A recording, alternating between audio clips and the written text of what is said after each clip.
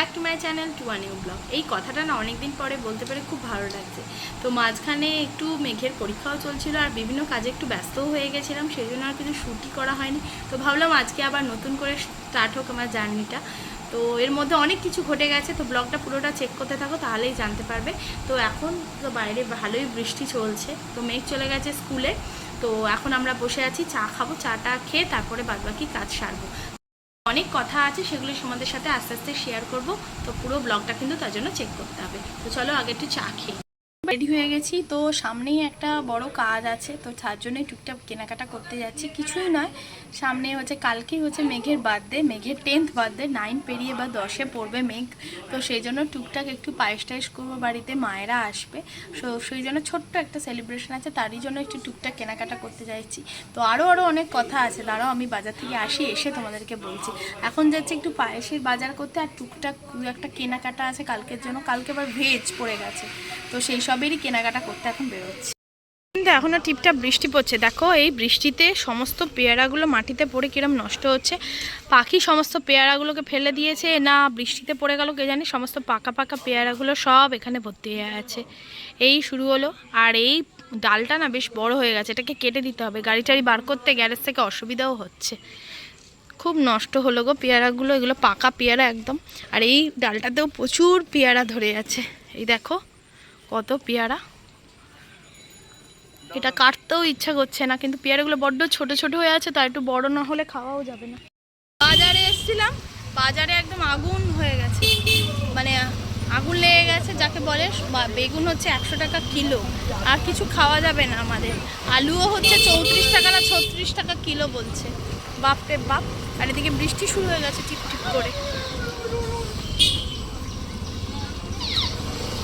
থেকে এসে আমি আর টাইম ওয়েস্ট করিনি, যাই হোক ব্রেকফাস্টটা করে বসে পড়েছি একটু প্যাকিং করতে, এই যে গিফট র্যাপ করতে।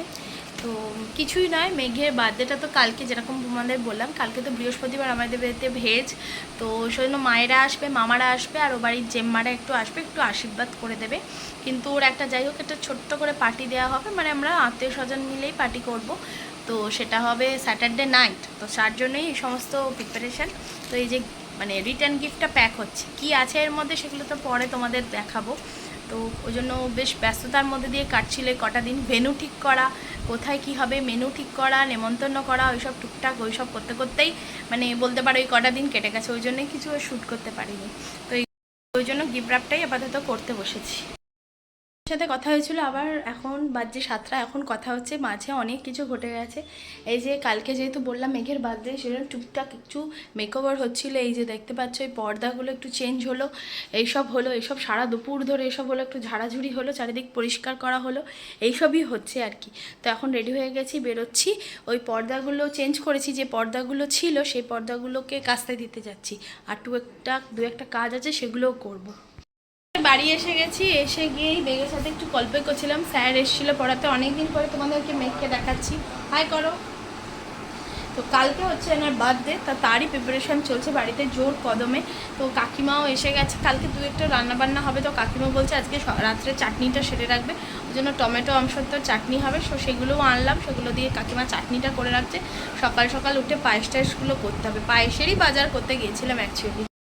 থেকে এসে আরও টুকটাক দু একটা কাজ ছিল, সেগুলো তো করলাম। মেঘ আবার পড়তে গেল, ওকে দিয়ে এলাম। এখন বেজে গেছে প্রায় 9:30, এখনও আসেনি মেঘ পড়ে।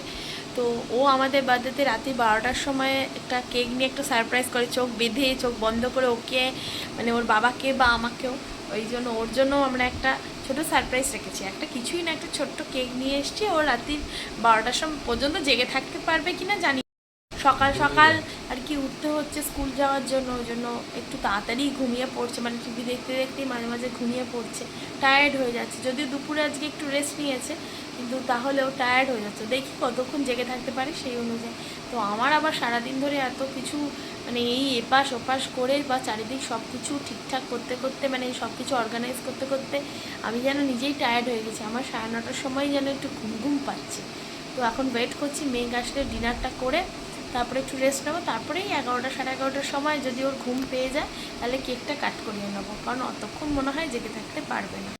আরেকটা কথা তো তোমাদের বলাই হয়নি, জানো তো সেই হিকিম পোস্ট অফিস থেকে যে আমরা চিঠিটা পাঠিয়েছিলাম, এখানে কিন্তু চিঠিটা পৌঁছে গেছে, কিন্তু এখনও আমার বাবাদের কাছে চিঠিটা পৌঁছায়নি।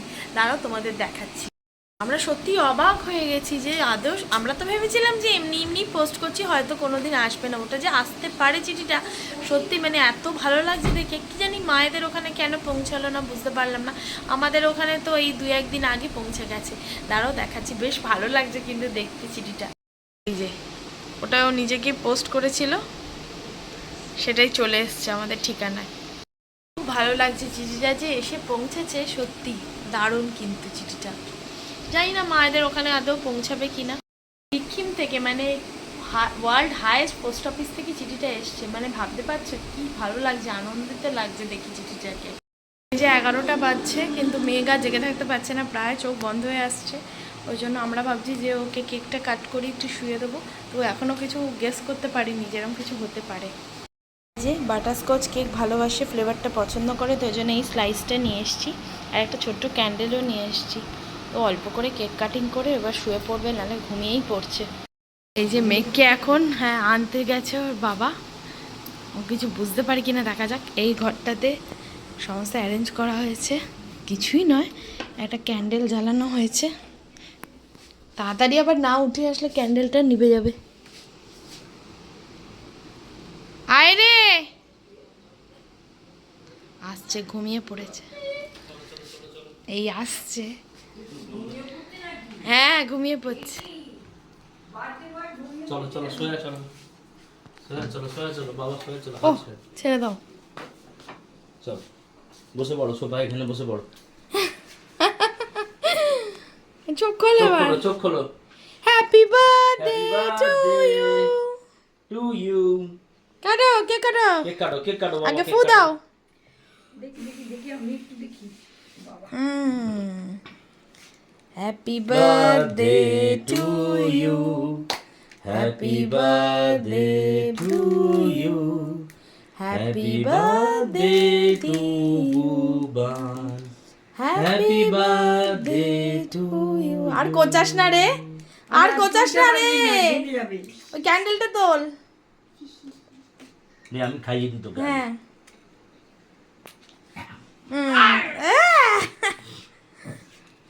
দাও, তুমি খাইয়ে দাও, দাও তুমি খাইয়ে দাও, আর মামামকে তুমি খাইয়ে দাও, বুবান খাইয়ে দাও।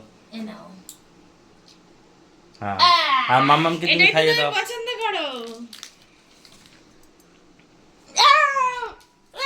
এ বাবা, মামকে খাইয়ে দাও, মাম তুমি খাইয়ে দাও। মামকে মাখিও না কিন্তু, মামকে নামকে মাখাবে না। ঠিক আছে, আর আমাকে না মামকে মাখিও না, না না কাউকে মাখানো, মাখে কাউকে না। আমাকে তো খাওয়া দিই না। ই বাবা, কেকটা খুব সুন্দর খেতে রে। আমাকে একটু খাওয়া দিই না, দিলিও না, আমার খাইয়ে দে। ঘেঁটে ফেলেছে। এই মা তার আগে ওকে ভূত করে দিয়েছে। করে দিল। এটা কি করেছে কাণ্ড, এগুলোকে আবার ওয়াশ করে শুতে হবে। তো যাই হোক, ব্লগটাকে আজকে এখান থেকে এন্ড করছি। কালকে বুঝতে পারছো বার্থডে, তো অনেক কিছুই হতে চলেছে, অবশ্যই পরের ব্লগগুলো কিন্তু চেক করতে হবে। তো যদি কিছু ভালো লেগে থাকে আজকের ব্লগের, অবশ্যই লাইক কমেন্ট শেয়ার সাবস্ক্রাইব করতে কিন্তু ভুলো না। দেখা হচ্ছে নেক্সট দিন আর একটা এক্সাইটিং ব্লগের সঙ্গে। তো till then tata bye bye, good night.